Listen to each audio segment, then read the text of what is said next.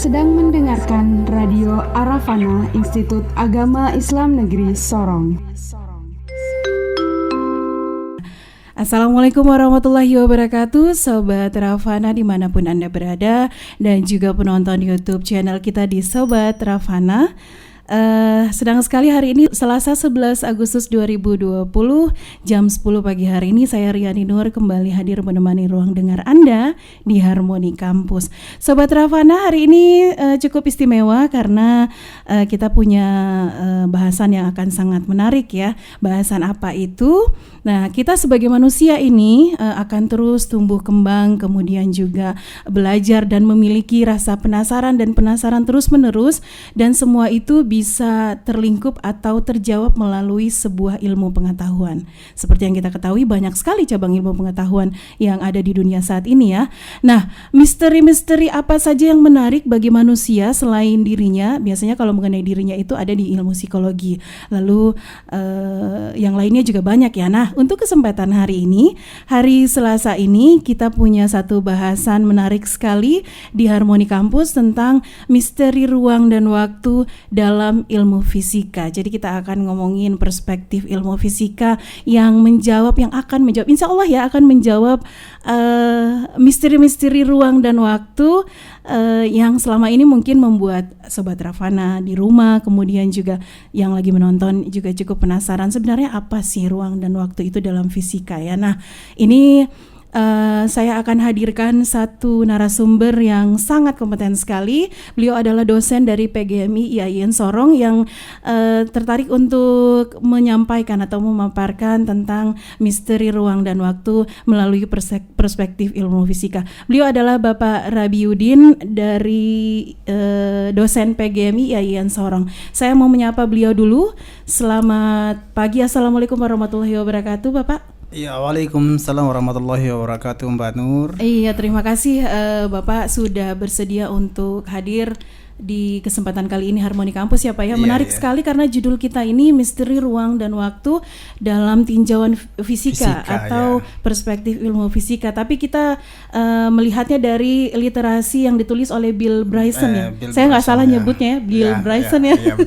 Oke, ini pasti akan sangat menarik. Nah, langsung saja mungkin ya Pak ya, ruang dan waktu ini mungkin bisa Bapak paparkan dari pandangan Bapak setelah membaca buku Bill Bryson atau sesuai dengan ilmu fisika yang Bapak pahami.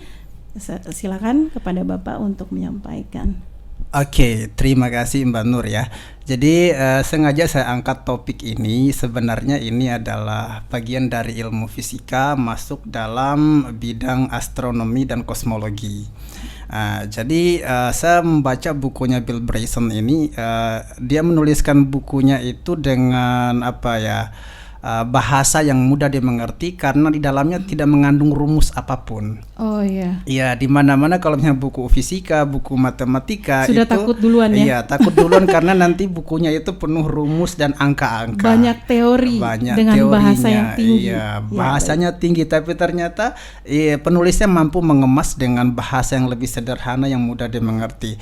Intinya adalah sebenarnya bincang santai sih rencananya gitu kan, tapi ternyata topiknya adalah misteri, jadi agak sedikit unik ya. Jadi misteri ruang waktu, kalau misalnya kita bicara misteri berarti hal-hal yang tidak dijangkau oleh pikiran manusia. Baik. Ya, hal-hal yang mungkin sulit diterima tapi terjadi. Iya. Iya. Kemudian mungkin hal-hal yang pokoknya nggak ada kepastian jawaban dari ilmuwan yang menentukan itu. Jadi ketika misalnya saya mengangkat topik misteri ruang waktu, jadi berarti dalam artian topik bahasannya adalah ada apa dalam ruang dan waktu itu, misteri apa yang ada. Jadi tinjauannya adalah bahwa kita ini hidup di bumi. Iya, betul. Ya, bumi ini adalah, kalau misalnya dalam ilmu kosmologi dikatakan bahwa bumi itu hanyalah titik kecil seperti debu, ya, di atas papan tulis putih yang lebar. Yang lebarnya juga mungkin nggak diketahui ya. Lebarnya juga nggak diketahui lebarnya berapa. Jadi kehidupan kita ini adalah hanya kita numpang di planet kecil di alam semesta. Betul. Sehingga dalam buku ini dijelaskan bahwa ada misteri bagaimana sih sebenarnya alam semesta ini terbentuk? Kenapa sampai tiba-tiba ada bumi yang bisa dihuni misalnya? Jadi gitu. Jadi banyak sekali pertanyaan kemudian ya. Iya, banyak sekali pertanyaan kemudian orang tidak bisa membuktikan. Iya, betul. Sehingga orang berandai-andai kalau misalnya teori tentang awal mula alam semesta itu ada yang dibilang teori kabut asap misalnya, habis itu misalnya ada teori keadaan tetap, habis itu ada teori dentuman besar. Iya, Big Bang itu yang paling Big populer. Bang, itu yang saya tahu hanya itu. Iya, karena memang orang lebih rasional menerima itu. Iya, betul, betul. Nah, kalau misalnya teori kabut dikatakan bahwa alam semesta ini awalnya adalah gas dalam bentuk kabut. Kemudian kalau misalnya teori keadaan tetap dikatakan bahwa alam semesta ini memang begini adanya. Oh, sudah ada. Sudah begitu. ada, memang pas dia ada langsung begini. Jadi tidak ada awal. Iya. Langsung seperti itu Pokoknya saja. seperti ini adanya. adanya. Ada juga teori iya, seperti ada itu. teori seperti itu. Kemudian ada teori juga mengatakan dentuman besar. Bahwa dentuman besar itu orang bilang kalau Big Bang gitu kan. Teori ledakan besar di mana ledakan itu terjadi dipicu oleh hal-hal yang misteri juga sebenarnya. Bagaimana hal yang kecil meledak sehingga membentuklah semesta yang sangat tak terhingga ukurannya gitu. Jadi ruang waktu itu sebenarnya kita manusia beraktivitas atau siapapun itu yang tercipta itu selalu menggunakan ruang dan menggunakan waktu. Jadi gitu. Misalnya kita duduk seperti ini pun ada dalam ruang dan waktu. Ada dalam ruang, juga kita waktu berjalan terus. Iya. Jadi sebenarnya kita tidak bisa melepaskan diri dari misteri ruang waktu itu. Sampai nantinya mungkin kita beranggapan mungkin waktu akan berakhir dengan sendirinya, atau mungkin kita yang berakhir. bisa jadi gitu ya. Itu pertanyaan-pertanyaan yang muncul karena misteri ruang dan waktu ini. Walaupun dua kata ruang dan waktu saja, tapi banyak cerita dan banyak rasa penasaran ya Pak. Banyak cerita, pokoknya mungkin manusia itu ada di dalam dua dimensi itu. Ruang, kemudian ruang itu kalau misalnya orang bilang gini, tubuh kita itu adalah mempunyai kumpulan dari banyak titik-titik ruang. Tubuh kita. Iya, kalau misalnya kita dipisahkan, misalnya gini, tubuh kita kupas sedikit-sedikit per atom ya, hingga membentuk atom-atom, itu nanti akan jadi tumpukan debu. Baik. Gitu jadi gitu. Karena ini pandangan secara fisika, secara umum ya Pak ya? Secara fisika. Nanti kalau misalnya biologinya mungkin katakan itu adalah sel, mungkin nanti orang biologi yang bahas. Tapi kalau bagian fisika dikatakan bahwa semuanya itu adalah menempati ruang. Jadi tubuh kita itu kumpulan banyak ruang juga sebenarnya, menyatu. Iya, gitu. Jadi tetap punya partikel-partikel sendiri begitu ya Pak ya? Partikel-partikel yang sendiri. Punya ruang dan waktu sendiri. Iya, punya ruang sendiri ya. Jadi intinya seperti itu. Kita pun kalau misalnya dimensi waktu itu orang nggak bisa juga lepas dari waktu. Mati pun sebenarnya orang bilang berakhirlah waktunya, tapi tidak. Jasadnya pun tetap kalau misalnya semakin lama disimpan kan membusuk juga. Wah, betul sekali betul. Jadi pandangan kita selama ini bahwa waktu berakhir sebenarnya salah ya. Sebenarnya itu waktu hidup, tapi tetap waktu itu kita jalani. Jasad kita pun sebenarnya ketika misalnya dikubur, kalau misalnya dia tetap tidak berubah, misalnya dalam artian waktu tetap. Ini waktu berjalan sehingga menyebabkan misalnya ada hal-hal yang berubah dari kita. Jadi ini sangat menarik karena ruang dan waktu ini kalau dengan pandangan orang awam ya Pak, ruang dan waktu itu kayaknya bahasa puisi itu puitis banget ya. Iya, puitis Terus banget. juga tanpa kita sebenarnya belum mengambil kesimpulan atau punya pandangan yang pasti ruang dan waktu ini apa, kemudian juga apakah dia sejalan atau tidak? Iya, mengenai sejalannya kita bisa tinjau gini. Apakah waktu akan berakhir seiring dengan berakhirnya ruang? Atau mungkin apakah waktu itu dimulai sejak adanya semesta gitu kan? Jadi gitu. Dalam beberapa penjelasan dalam buku ini juga dijelaskan bahwa sebenarnya semesta itu mungkin saya jelaskan saja kaitan dengan teori dentuman besar yang mengatakan bahwa semesta itu berawal dari ledakan besar.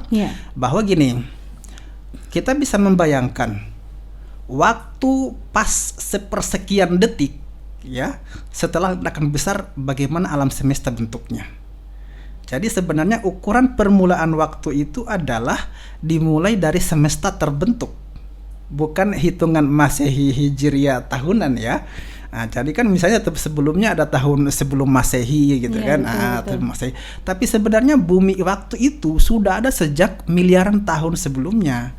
Jadi gitu. Cuman mungkin periode hitungannya belum diketahui waktu itu karena mungkin yang makhluk hidup yang menghuni waktu itu belum terlalu paham menghitung waktu. Mungkin di masa kenabian mungkin saya nggak tahu mungkin kajian agamanya gimana gitu kan. Sebenarnya kalau misalnya bicara seperti ini harus ada orang agama yang mendampingi.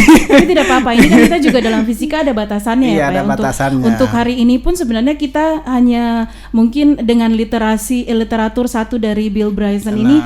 Saya juga mau minta sama Bapak ini untuk menjelaskan siapa sebenarnya Bill Bryson ini. Oke, Bill Bryson ya. Bill Bryson itu adalah seorang fisika ya, orang fisika tapi fokusnya adalah di bagian kosmologi dan astrofisika. Tapi sebenarnya dia orangnya adalah pertamanya itu orang yang dia mempelajari ini, dia berangkat dari rasa penasaran di masa kecilnya.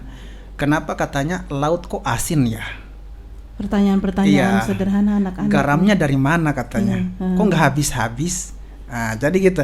Dia berangkat, dia naluri ingin tahunya itu besar sehingga kemudian mendorong dia untuk fokus belajar tentang fisika, fokusnya misalnya di bagian kosmologi dan astrofisika. Jadi gitu. Nah, jadi itu siapa sih dia itu orang Amerika gitu kan, Bill Bryson. Jadi agak bagus sebenarnya dia melepaskan ikatan-ikatan rumus dalam bukunya.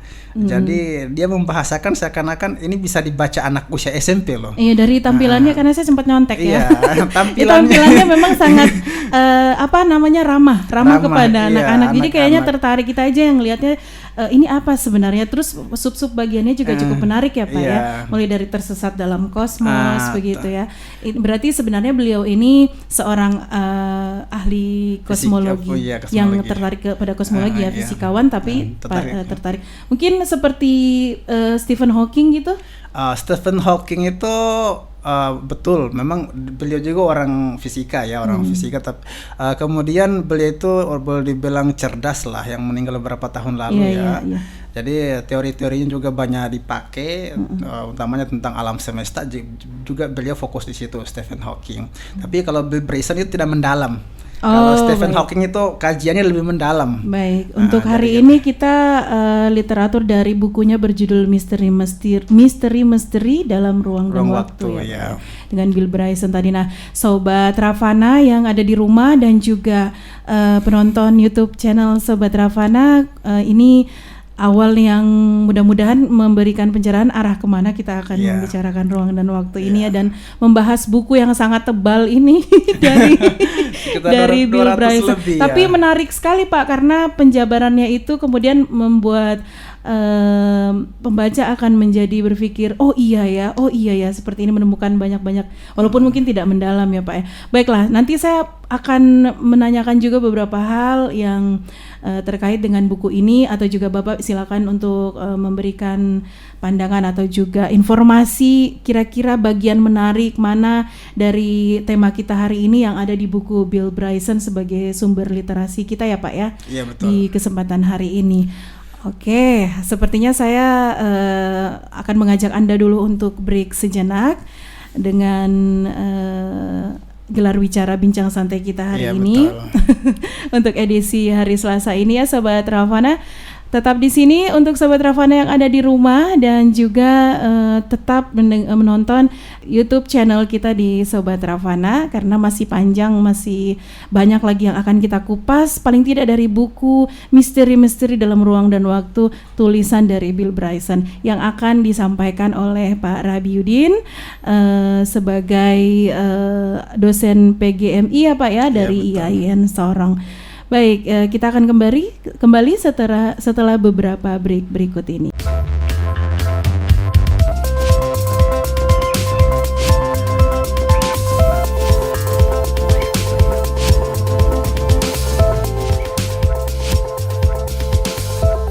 Anda sedang mendengarkan Radio Arafana, Institut Agama Islam Negeri Sorong.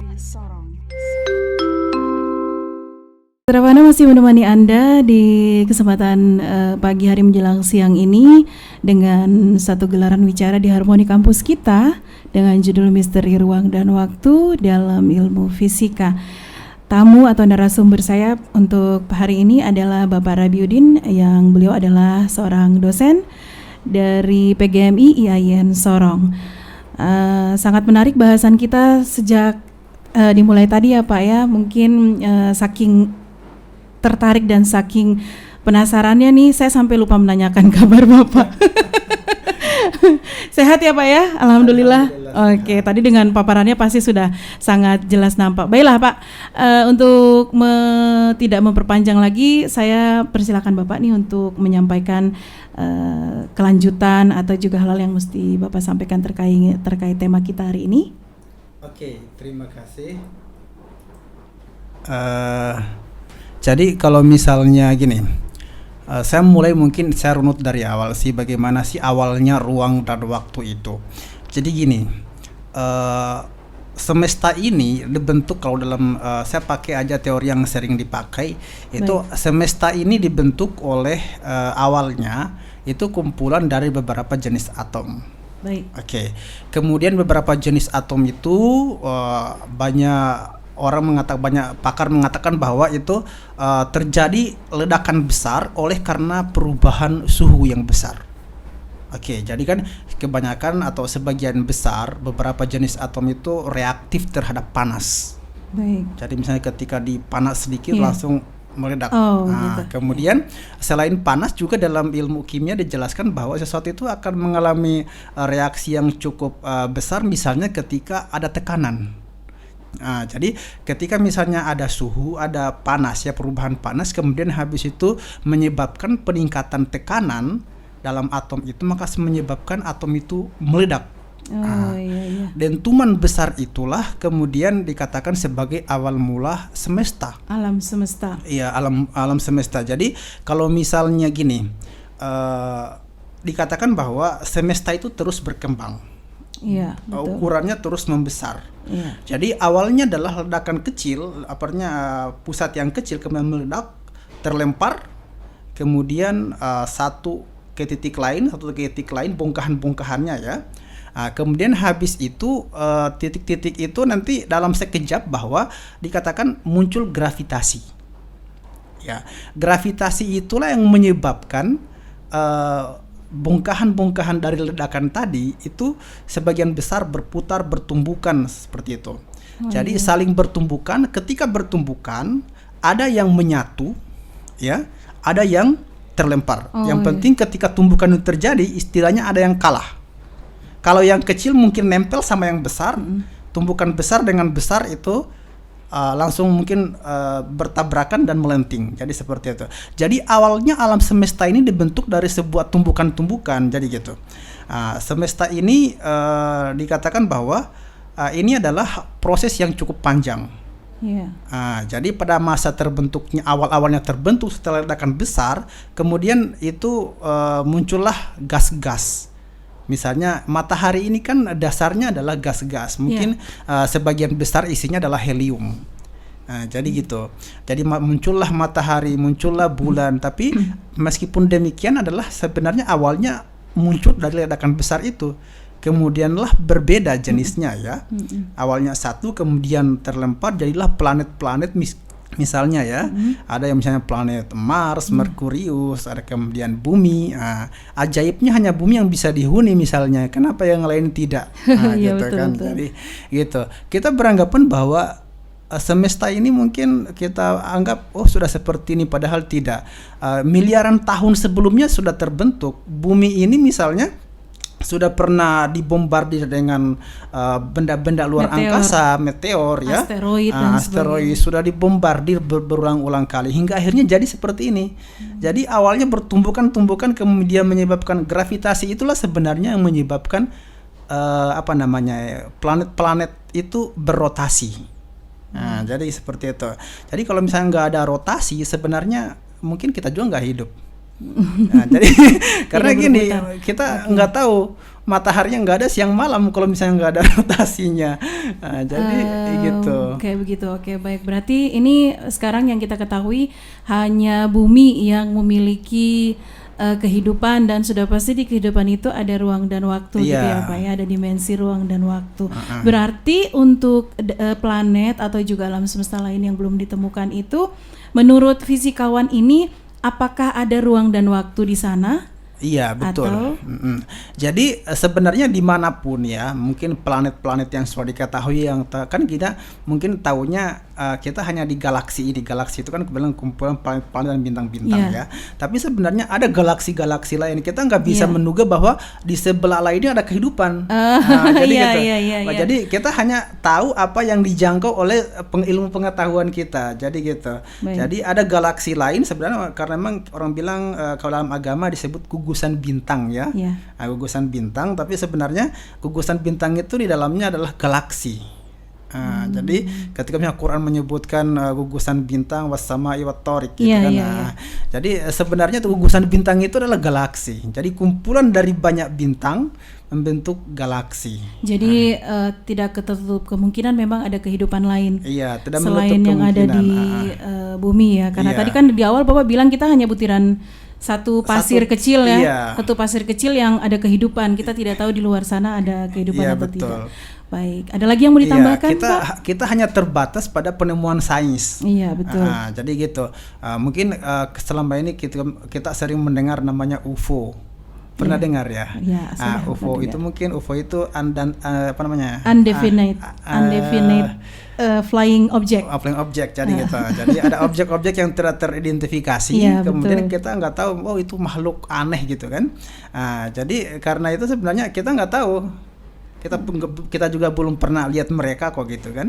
Jadi kehidupan ini mungkin sebagian ilmuwan sudah merambat sampai misalnya di Mars gitu kan, mencari kehidupan. Bahkan Stephen Hawking itu bilangnya gini, manusia ini harus segera tinggalkan bumi karena katanya hancurnya dekat. Oh, ini kita kembali ke bahasan Bapak di awal tadi bahwa bumi ini, semesta ini berkembang ya. Iya. Jadi dengan sejarah panjang yang dulu dimombardir meteor asteroid, berarti kita nih memang benar nggak aman dari Iya. dari segi ilmu fisika. Iya, Perhitungan nggak aman fisikanya. sekali karena gini, bumi ini sudah miliaran tahun. Kita Iya. hanya hidup di 2000-an, sekarang tahun 2020 Iya, gitu kan. betul. Sementara bumi ini sudah ribuan tahun, bahkan ada teori yang mengatakan bahwa bumi ini sudah beberapa kali kiamat sebenarnya. Sudah beberapa kali terjadi tumbukan. Salah satu contoh di zaman dinosaurus dulu Dinosaurus, itu ya. konon Iya, betul. kabarnya gitu Iya. konon kabarnya. Karena gini, sebenarnya kalau misalnya orang lain dengar mungkin ketika kita cerita tentang fisika, tentang awal mula alam semesta, Iya. mungkin mereka akan bilang itu adalah dongeng. Iya betul. Kenapa betul. dongeng? Karena itu nggak bisa dijadikan sebagai bukti yang benar, karena nggak ada yang lihat, nggak ada bukti ya yang menerangkan bahwa itu benar. Tapi terus dibuktikan sampai sekarang tentunya ya Pak ya, dengan Iya, ilmu pengetahuan. Tapi ilmuwan selalu mencari bagaimana membuktikan bahwa semesta ini awalnya segini. Jadi gitu. Jadi pokoknya kita bersyukurlah. Ini bagian dari misteri. Di luar di luar apa yang kita tahu, di luar yang kita usahakan, ternyata kita hidup. Iya, Jadi betul. gitu. Menempati ruang, misalnya gini. Kenapa sampai misalnya matahari berputar? Jadi orang bilang gini, ada seorang master, ada bukan seorang ya, ada master yang menggerakkan kehidupan. Kenapa sampai misalnya alam semesta tiba-tiba meledak? Kenapa sampai muncul atom kemudian tiba-tiba muncullah teori Big Bang? Mengatakan, kalau agama mengatakan bahwa ada yang menciptakan gitu kan. Iya, betul. Kita pun tidak bisa mengelak dari itu. Bahkan bahwasannya beberapa ilmuwan yakin bahwa ada yang mengatur sampai semesta ini terbentuk. Ini kalau tidak salah disebut sebagai partikel Tuhan oleh Stephen Iya, Hawking. partikel Tuhan oleh Stephen Hawking. Jadi itulah yang dikatakan partikel Tuhan, bahwa nggak mungkin ada dengan sendirinya. Iya. Jadi gitu. Ada sesuatu yang Ada memang sesuatu. berkuasa. Ada sesuatu Karena yang kita bicara dari tinjauan fisika, maka agama istilahnya sudah menunjukkan bahwa memang ada sesuatu bernama Tuhan, zat bernama Iya. Tuhan, dan di fisika sendiri sudah mengira-ngira atau menemukan seperti itu ya Pak ya, Iya, dengan betul. partikel Tuhan tadi. Iya, partikel Tuhan, kalau Stephen Hawking itu bilangnya partikel Tuhan Iya. itu katakan. Karena memang sebenarnya Stephen Hawking itu mungkin dari segi agamanya saya nggak tahu ya. Tapi kalau dari segi kajian-kajian menandakan bahwa ini bahkan dia pernah mengatakan Tuhan itu bermain dadu. Oh ya. Iya. Tuhan itu kan bermain dadu. Jadi semesta ini Tuhan mainkan gitu kan. Jadi kita tidak bisa pokoknya. Mungkin karena yang dipelajari adalah semesta ini bergerak, jadi analoginya seperti itu kali ya Pak ya. Tuhan sedang bermain dadu. Baik. Tuhan itu bermain dadu katanya. Jadi kita di bawah kendalinya. Jadi nggak bisa bikin apa-apa. Jadi memang kuasa Tuhan lah, kuasa Allah mungkin ya. Jadi singkat ceritanya mungkin begitu. Semesta ini ledakan besar, kemudian habis itu mengembang. Ada namanya kalau misalnya gini kan, mungkin kita pernah lihat mungkin bayi baru lahir awalnya kecil, kemudian besar, tumbuh berkembang. Jadi semesta pun gitu, dia mengembang habis meledak. Yang harusnya kecil kemudian berkembang karena masing-masing itu adalah ada atom masing-masing. Jadi gitu. Kemudian muncul lautan itu muncul kalau misalnya dalam bahasanya Bill Bryson tadi dikatakan bahwa hasil tumbukan-tumbukan. Oh ya. Hasil tumbukan-tumbukan, kemudian ada beberapa atom yang berketemu langsung membentuk cairan, katanya gitu. Dari Bill Bryson ini. Dari Bill Bryson, jadi gitu. Hingga muncullah lautan. Kemudian muncullah atom-atom yang mendukung kehidupan. Muncullah misalnya tumbuh-tumbuhan, jadi seperti itu. Itu teorinya dalam kajiannya ilmu fisika. Kalau pendekatan agama kita mengatakan bahwa itu adalah ciptaan Allah, jadi gitu. Tapi meskipun demikian ciptaan Allah, tapi dalam Quran pun menyuruh untuk kita bisa mempelajari. Betul sekali. Dan salah satunya juga lewat ilmu fisika ini ya. Kita tidak menutup diri untuk mempelajari fisika walaupun sebagai seorang muslim ya Pak ya. Karena kalau ngomongin dari saya tangkap dari penuturan panjang Bapak tadi bahwa ini ada proses ya Pak ya, dari kecil menjadi besar dari sebuah bongkahan batu mungkin, kemudian dentuman dan terus tarik menarik, akhirnya terbentuklah alam semesta ini. Ya itu berarti dalam agama juga sebenarnya kan proses itu sebuah hal yang dipelajari kemudian ditafakurkan. Itu seperti proses penciptaan bumi ya Pak ya, kalau dari segi agama. Jadi sebenarnya mempelajari fisika pun kita tidak harus meninggalkan sisi agama ya Pak ya, masih bisa terus berjalan. Bahwa sebenarnya kalau gini, dalam bukunya Agus Purwanto sempat beliau mengisi kegiatan di Pasca kemarin itu tentang ayat-ayat semesta. Betul sekali, sangat menarik. Sangat menarik bukunya. Sebenarnya gini, bahasan-bahasan tentang kosmologi, fisika dan astronomi di Quran itu banyak. Iya. Kalau misalnya dikatakan was-sama'i wat-thariq, demi langit dan gugusan bintangnya. Orang kalau misalnya kan dulu mungkin belum ada teropong secanggih teropong Hubble misalnya kan, belum ada teropong di sana itu gugusan bintang mana sih yang dimaksud gitu kan. Nah, sebenarnya di situ ada yang unik bahwa di masa kenabian Muhammad itu sallallahu alaihi wasallam itu sudah tahu tentang bagaimana dulu belum ada teleskop apa-apa. Betul. Bahwa di langit itu demi langit dan gugusan bintang. Itu acuannya dari ayat ya. Iya, jadi saya mengacu di ayat ya, saya bandingkan. Nah, misalnya jadi di misalnya utama di juz 30 itu banyak membahas tentang ayat kosmologi. Nah, habis itu misalnya hal-hal lain misalnya tentang yang penting lebih banyak membahas tentang kalau bukan awal alam semesta itu akhir alam semesta. Misalnya semesta ini akan berakhir seperti apa? Itu Quran sudah menjelaskan lebih detail dan fisika juga membenarkan itu. Jadi gitu. Kalau misalnya dikatakan dalam Quran surat Al-Qaryah. Iya. Bahwasanya nanti bumi itu akan diguncang dekat-dekat akhirnya. Betul. Ketika terjadi guncangan itu berarti sebenarnya kita akan kembali kepada masa awal penciptaan, bahwa kita ini diguncang. Betul. Dari awal-awal kita diguncang. Jadi gitu. Dan ini kembali ke Stephen Hawking bilang tadi kalau Tuhan lagi bermain dadu dan kita tidak aman ada di bumi ini ya ceritanya. Stephen Hawking menganjurkan manusia harus segera pindah. Oleh sebab itu Dunia Antariksa Internasional lagi sibuk mencari tempat baru. Iya, mencari tempat baru karena tempat hidup makhluk hidup ya. Jadi karena emang katanya nggak aman, karena emang semuanya tak pasti, itulah di bawah kendali yang kuasa. Jadi kalau misalnya di Quran dikatakan bahwa semesta ini akan berakhir, yang disebut dengan istilah kiamat misalnya, Quran mengatakan itu benar, itu nggak keliru, itu benar sekali. Karena kenapa? Bahwa ini gravitasi itu semakin melemah. Jadi tolak ukur keteraturan semesta itu di gravitasi universal. Baik. Nah, ketika gravitasi melemah, maka ikatan antar planet itu lemah. Iya, jadinya berhamburan nanti. Berhamburan. Nah, jadi katanya bertumbukan nanti. Betul bertumbukan nanti.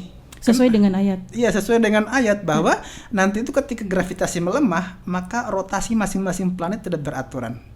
Tidak beraturan menyebabkan misalnya gini, bumi keluar lintasan, Mars keluar lintasan. Kemudian nanti bertemu nantinya gimana? Sementara bumi itu kecil. Iya, betul. Gitu kan, bumi kecil, kemudian misalnya ada planet yang lebih besar bertumbuh kan, nggak tahu jadinya seperti apa.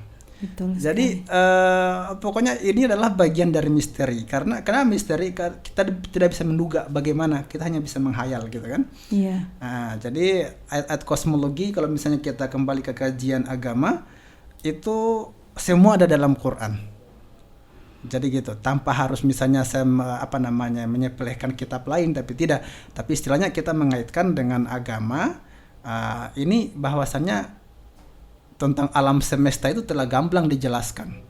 Dan ini tetap membuat penjelasan atau menunjukkan penjelasan tentang misteri-misteri ruang dan waktu tadi ya Pak ya? Iya betul. Dengan proses kosmologi tadi yang Bapak jabarkan dari awal ya? Iya betul. Jadi intinya seperti itu, bahwa semesta ini diikat oleh ruang dan waktu yang tak bisa diketahui oleh manusia. Baik. Jadi misalnya bagaimana semesta ini luasnya seperti apa, kita nggak bisa jangkau. Itu ruang ya? Itu ruang. Semesta ini misalnya luasnya ke timur berapa, ke misalnya gitu kan? Betul. Timur ujungnya di mana, barat ujungnya di mana? Ilmu fisika belum menemukannya ya. Jadi ilmu fisika pun, matematika pun belum bisa mengatakan bahwa, bahkan mereka mengatakan bahwa semesta ini tak terhingga. Kita kalau misalnya berjalan dari anggaplah timur ke barat, tapi kita hanya ada di bumi itu. Kalau misalnya orang terbang misalnya pakai roket kah, pakai apa, nggak sampai di ujung. Betul. Itu masih pembahasan juga ya Pak ya. Pasti. Baik, itu ruang. Kemudian waktunya mungkin tadi proses ya Pak ya. Proses berkembang kosmologi. Betul. Waktu itu orang bilang gini, itu beriringan sebenarnya. Beriringan antara waktu dan ruang. Jadi semenjak ruang itu ada, waktu sudah mulai jalan. Iya, baik, sudah gitu. Saya sudah bisa membayangkan, dan mudah-mudahan juga Sobat Ravana di rumah ini sudah bisa menangkap maksud dari Bapak dan juga penonton YouTube channel kita yang sangat menarik sekali ya Pak ya. Panjang sebenarnya, waktu 1 jam itu nggak cukup ya untuk membicarakan misteri ruang dan waktu ini.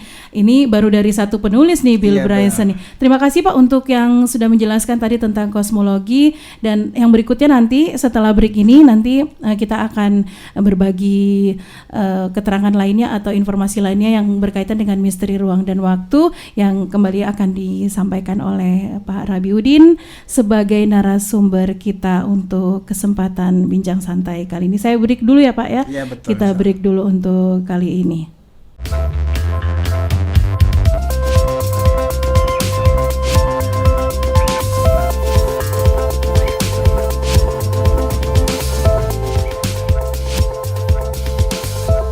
Anda sedang mendengarkan Radio Aravana, Institut Agama Islam Negeri Sorong.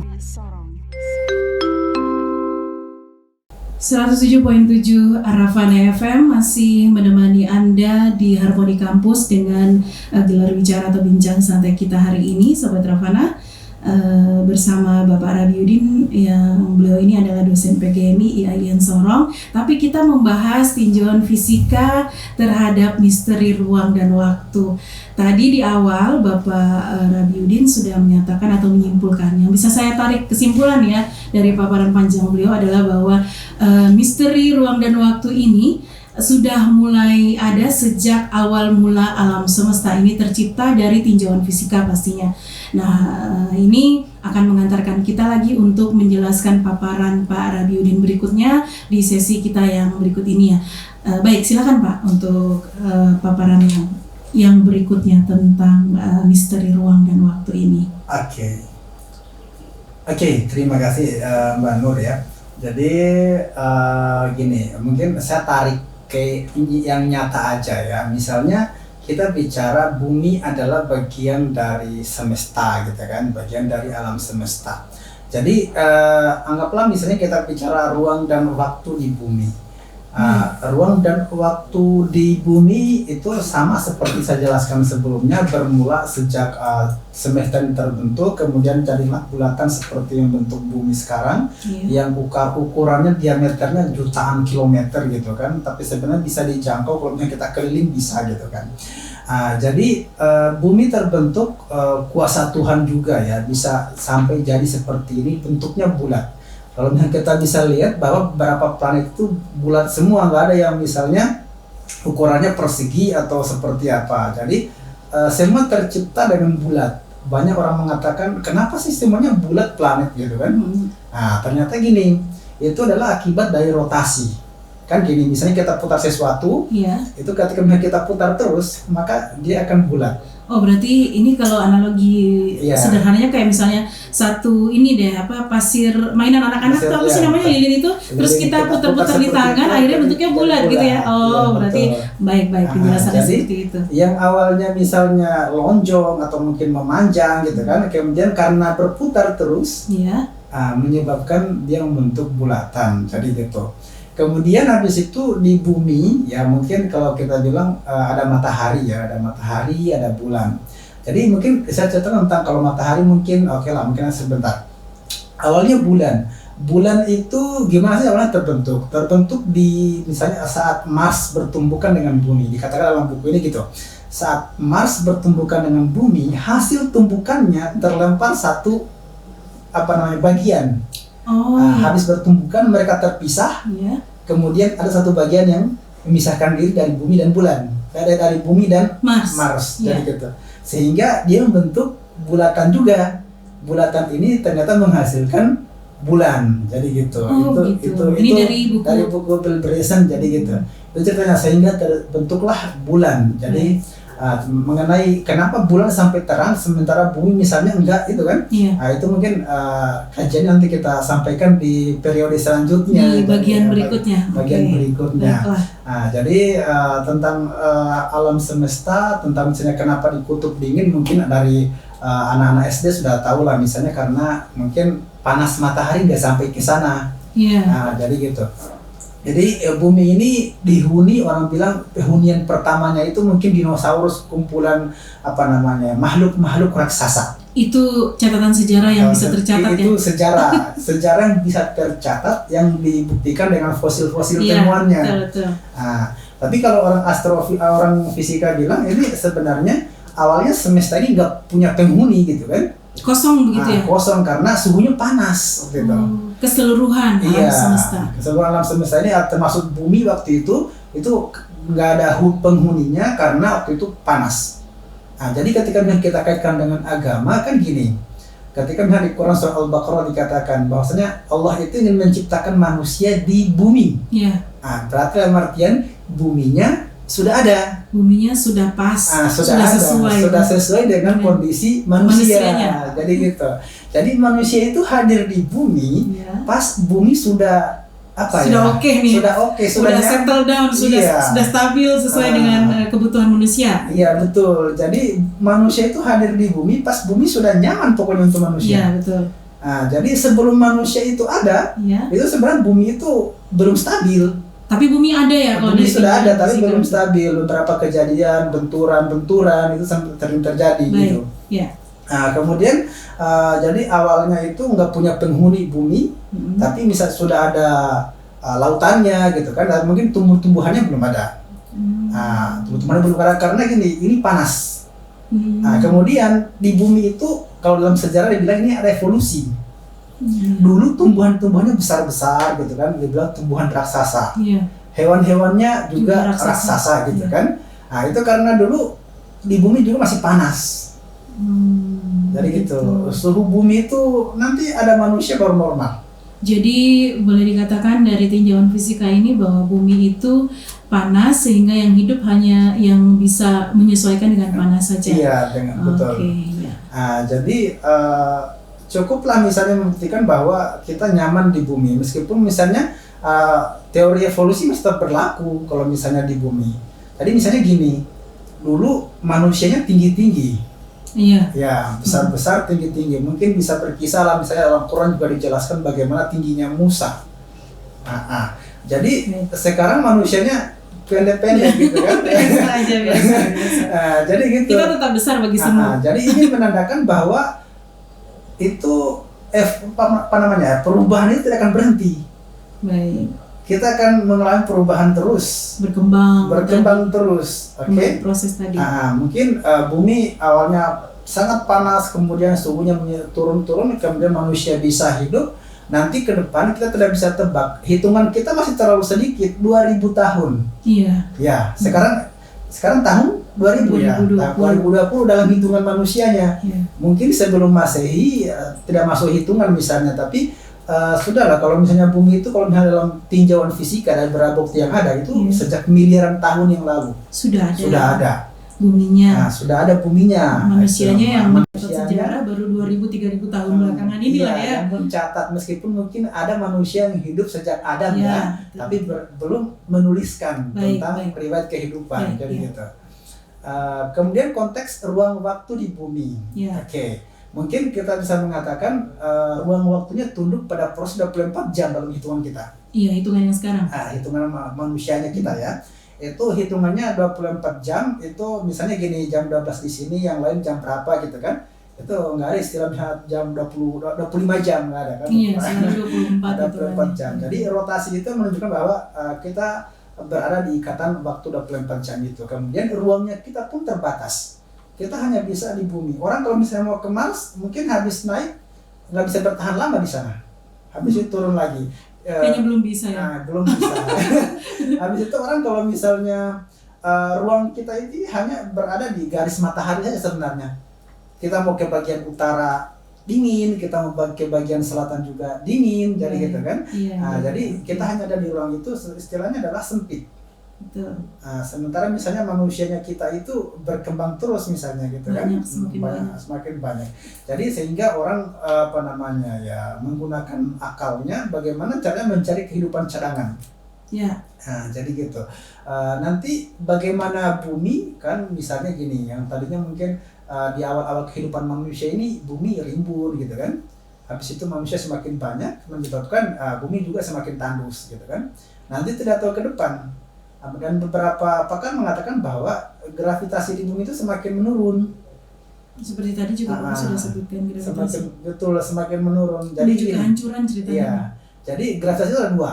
Ada gravitasi yang khusus di planet itu, yang besarannya 9,8 sekian itu yang di bumi. Ada juga gravitasi universal yang berlaku di Mars, berlaku di Jupiter, berlaku di planet lain. Yang seperti Bapak bilang tadi kan itu akhirnya memisahkan mereka atau tetap berada dalam satu poros perputaran alam semesta. Itu namanya gravitasi universal. Kalau yang di bumi itu yang mengangkat benda jatuh ke bumi itu, misalnya itu gravitasi bumi gitu ya kan gitu. Jadi singkatnya seperti itu, bagaimana di bumi ketika misalnya gini, gravitasi universal melemah, maka hancur bumi mungkin bisa hancur. Habis itu nanti mungkin dalam beberapa pertemuan ke depan kita akan bahas bagaimana sih misalnya di bumi sampai ada gunung gitu kan. Itu rinci sekali berarti ya. Dan ini ada di buku dari Bill Bryson. Sampai bagaimana misalnya di bumi itu bisa ada gunung, kemudian habis itu misalnya lautan bisa sampai lebih dari setengahnya adalah lautan, jadi gitu kan. Pertanyaannya menjadi banyak ya. Menjadi banyak. Mungkin nanti kita bisa bahas di sesi berikutnya. Di bagian berikutnya. Baiklah, berarti ini saya coba simpulkan lagi ya Pak ya, bahwa misteri ruang dan waktu yang ada di bumi ini, ruang tadi adalah kita terbatas. Saat ini masih terbatas ya Pak ya. Iya, betul. Dari ilmu fisika saat ini masih terbatas. Kita belum bisa pergi ke planet lain misalnya nih ya. Tapi betul. Ilmu fisika kan terus berkembang. Begitupun juga dengan waktu tadi, waktu yang kita punya ini 24 jam yang kita sepakati sekarang. Dan 24 jam itu di belahan bumi yang lain semuanya tetap 24 jam walaupun mungkin di sana pagi, di sini siang, dan itu salah satu bentuk misteri ruang dan waktu yang sekarang mungkin sudah istilahnya sudah diketahui oleh para fisikawan, tapi pastinya akan terus dikuak atau dicari sebenarnya apa misteri-misteri lain ruang dan waktu yang ada di bumi, dan kita masih akan terus membahas atau juga mengkaji pandangan yang ditulis dari fisikawan atau kosmolog tadi Bill Bryson lewat bukunya ini ya Pak ya, di misteri ruang dan waktu. Dan bahasan kita masih di awal tentang bumi, misteri ruang dan waktu apa yang ada di bumi, dan sudah disampaikan tadi oleh Pak Rabiuddin sebagai narasumber. Sobat Ravana yang ada di rumah dan juga penonton YouTube channel Sobat Ravana, untuk kesempatan kali ini kita cukupkan sampai di sini dulu ya Pak ya. Mungkin nanti minggu depan lagi ya. Kesimpulan yang sudah bisa kita tarik adalah kurang lebih seperti yang saya sampaikan tadi, dan nantikan informasi terus juga misteri-misteri apa yang akan disampaikan oleh Pak Rabiuddin sebagai narasumber kita nanti di part yang kedua di gelar bicara atau bincang santai kita di Harmoni Kampus. Sobat Ravana ikutin untuk minggu depan insya Allah ya, di jam dan waktu yang sama. Sekarang ini satu pandangan dari tinjauan fisika sudah kita dapatkan bersama melalui gelar bicara ini ya, mengenai alam semesta. Kemudian alam semesta itu kaitannya dengan ruang dan waktu apa, terus mengerucut lagi kepada bumi tempat kita tinggal ya Pak ya. Baik, ini menjadi kesimpulan untuk gelar bicara kita di hari ini Pak. Terima kasih banyak Pak. Oke, sama-sama, terima kasih. Untuk waktu dan juga bincang-bincang kita hari ini yang masih akan panjang ya Pak ya. Maksudnya penjabarannya tentu bukan hanya sampai di sini. Kita akan mengupas sedikit demi sedikit dengan sumber literatur dari buku Bill Bryson. Baik. Sobat Ravana, kita sudahi dulu untuk bincang santai kita dengan judul misteri ruang dan waktu dalam fisika atau dalam ilmu fisika bersama Pak Rabiuddin. Saya Riani Nur mengucapkan terima kasih untuk kebersamaannya, baik Sobat Ravana di rumah maupun juga Sobat Ravana yang sedang menonton di YouTube channel kita. Segala kekurangan dan kelebihan mohon dimaafkan untuk kesempatan kali ini. Kita ketemu lagi di kesempatan berikutnya ya. Dan terima kasih. Assalamualaikum warahmatullahi wabarakatuh. Dan Waalaikumsalam warahmatullahi wabarakatuh.